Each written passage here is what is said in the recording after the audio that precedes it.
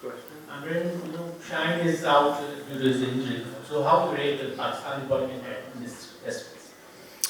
Yeah, it's obviously a big loss. Shaheen Sharafrida, I know him pretty well. I played many years in the PSL with Shaheen as well, and he's a wonderful bowler, and he's turned into a fine leader as well amongst Pakistani cricket. So he's a big loss, no doubt. But look, one thing when you play against Pakistan, you look at their team sheet and you see talent, and you see some of it may be not necessarily developed talent as such, but it's talent, and you need to respect that, and you need to find a way to be able to be well researched, well planned about what's going to come at you, but also try and find out a way that is there an opportunity to put that talent under pressure and see how it responds. So look, it's a very good Pakistan squad. It's well rounded. It's got some experience and some youth with both batting and bowling, and they'll be a tough challenge. And we know we'll have to play well if we're going to be successful. But I guess that's all in front of us.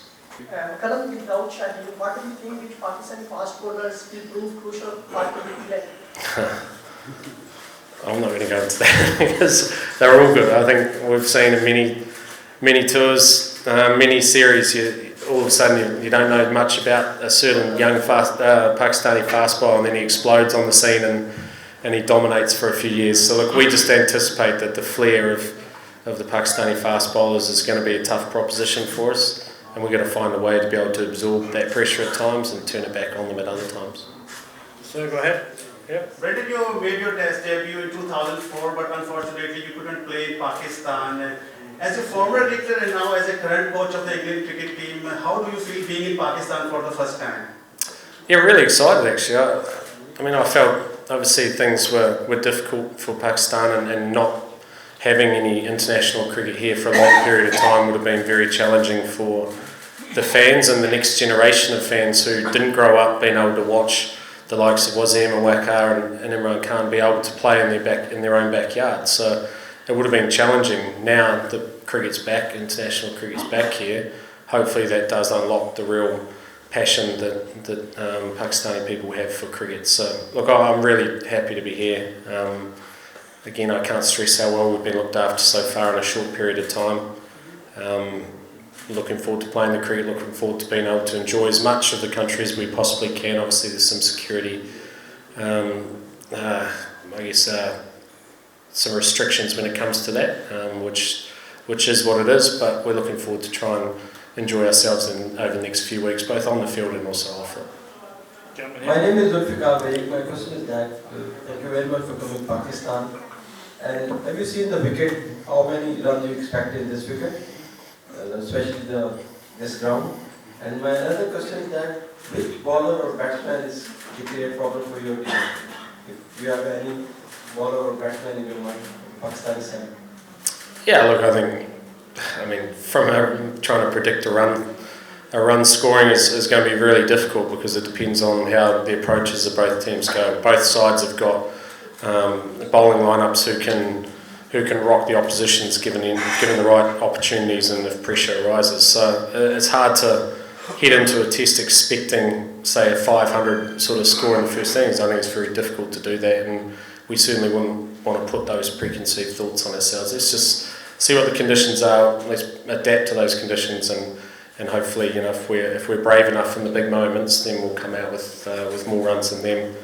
In terms of their players, again, like there's world-class players littered throughout the Pakistani side, and they've done it not just here in Pakistan, but they've also done it in the UAE, they've done it overseas in various conditions as well. So that's the beauty of playing away from home, is you've got to be able to adapt, and you've got to expect local players that you come up against to be at their very best in conditions like this. So it's a big challenge for us, but I think it's a challenge that we're ready for, and either way, I'm sure everyone that dials in will be entertained by the series.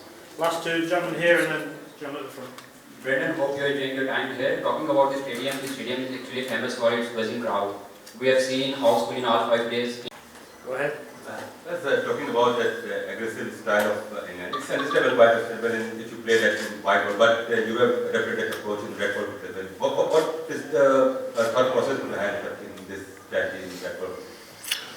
Yeah, I guess for us, one of the things we think we want to try and entertain people. That's what we want to do in our time that we've got in leadership positions and amongst English cricket, and one of the things about Test cricket, it's not always been as popular as what it used to be in the most recent history. So we see an obligation to try and ensure that if people turn on the TV anywhere around the world, or they pay their money, their rupee or their pound to come and watch you play, that they're going to head away somewhat entertained. And for us, it's about trying to play that style. It's not always going to be successful, and we know that.